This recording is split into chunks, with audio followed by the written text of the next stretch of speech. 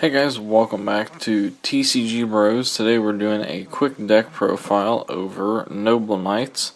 This was sent to me by somebody who I know that has played Noble Knights for a really long time, so I trust this guy over a lot of players when it comes to this deck. And I built my own version of it a while back, kind of with his help, so if you want to see the before this version of the deck profile, I'll put in a card on the screen so you can go check that out as well.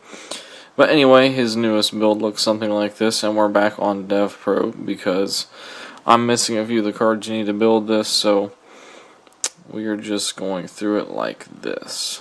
So, start out with 3 Noble Knight Artorigus, and that's because you can see down here you have Painful Decision, 1 Noble Knight Dryson, 3 Noble Knight Medrot, triple Noble Knight Boars, 1 Noble Knight Brothers, 3 Merlin, 1 Gwenfar, Queen of Noble Arms, 1 Lady of the Lake, one of my personal favorite cards of all time, artwork wise.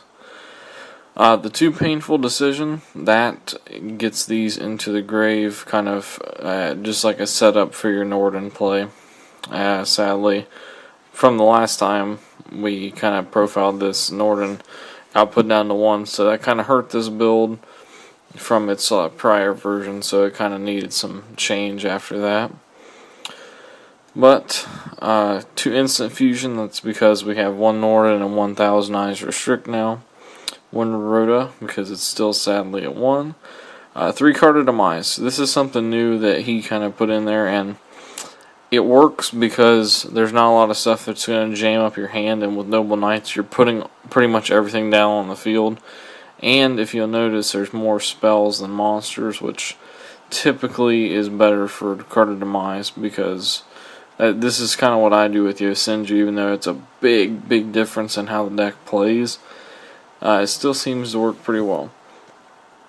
1 Last Chapter of the Noble Knights, 1 Foolish Burial, 2 Magical Mallet. I thought this was a little bit different because I've played with Magical Mallet a few times and it's never seemed to work out for me quite right, but that doesn't mean that it couldn't be like that always. So, 3 Pot of Duality.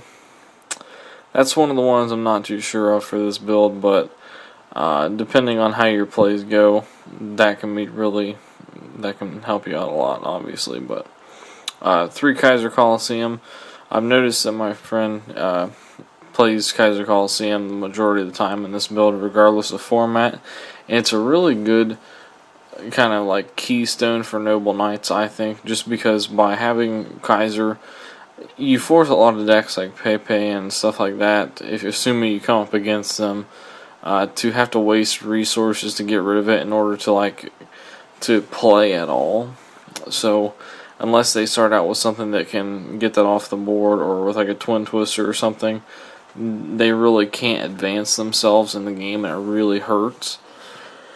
So, 2 Noble Arms of Destiny, 1 Noble Arms of Gallatin, and then 3 Excalibur. And the Excalibur at 3 is something definitely new. I know last time I talked to him about Noble Knights, we were playing this around 1 and 2, but never quite towards 3.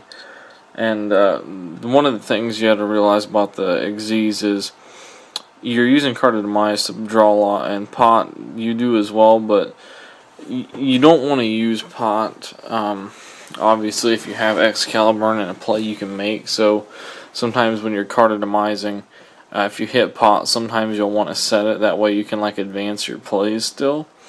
And then they'll either like waste a resource, taking out a set, not knowing what it is, or you advance to your next turn, have a better setup, and then potentially be able to use it in a beneficial way.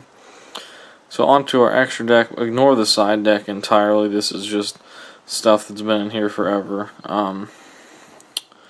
Extra deck. Elder Entity Norden at 1. Thousand Eyes Restrict at 1. A lot of people kind of don't get why you play Thousand Eyes Restrict with the Instant Fusion thing, but the thing with Thousand Eyes is it moves things out of the way. It gets destroyed by instant fusion, but it clears your path, which at certain times in the game is pretty critical for you to win at that moment. So, 1 Ignoble Knight of High Lancelin, 1 Utopia the Lightning, and 1 number 39 Utopia, 2 Sacred Noble Knight of King Artorgus, 1 number 103 Ragna Zero, 2 Artorgus King of the Noble Knights, 1 Heartland Draco. You have a lot of face-up spell cards. 1 Castel, 1 Starliege Paladin Ammo. That doesn't always work out with your equip cards being on, but when it does work out, Paladin Ammo is really good. So, Abyss Dweller for that PK Fire matchup, and then Heroic Champion Ramagubaga. And that's because any deck plays Warriors. If you can get that guy off with like a lot of materials, it is just a bad day for your enemies. But anyway, hope you guys enjoyed this deck profile. Like I said, sorry we were on depth here once again because I'm lacking some cards, but I'm in a crunch for time, and it's better to do this than nothing at all. And there's no dueling network anymore, so enjoy the use of DevPro while we have it, and if it lasts, and we'll hope that it does. So, I hope you guys enjoyed this video. Make sure you check out the links in the description for our play mats and everything for sale on ink.com, and I'll see you guys soon in another video.